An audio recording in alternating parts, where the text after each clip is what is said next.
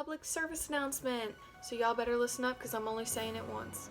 Children worldwide have been diagnosed with some form of mental disorder. What we fail to consider is the long-term effects of these childhood disorders that could carry on through adulthood. Yes, in some way we have expressed this to the public, yet in a way we only tend to focus on the now, or the current effects in childhood.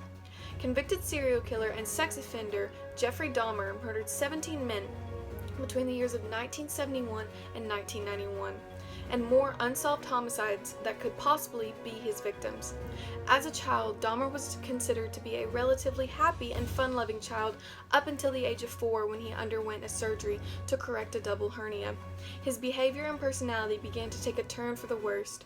Later, following the birth of his younger brother, Jeffrey became soon in his teens. Dahmer was described as tense and detached from society in his own world.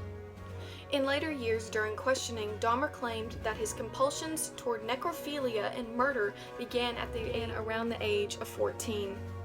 After psychiatric questioning, it appears that the violent breakup of his parents' marriage and divorce could have been a possible catalyst for his thoughts turning into actions, not to mention the years of neglect from his parents and social incompetence. Several traumatic experiences in childhood can contribute to a multitude of personal, emotional, psychological, and behavioral issues. Controversial trauma may not be enough to trigger psychological or behavioral issues alone, but it may put the person at an increased risk for developing such issues, especially when stressful or traumatic experiences arise in adulthood. As the trauma is unique to the person, so is the recognition. Some people tend to handle traumatic experiences better than others.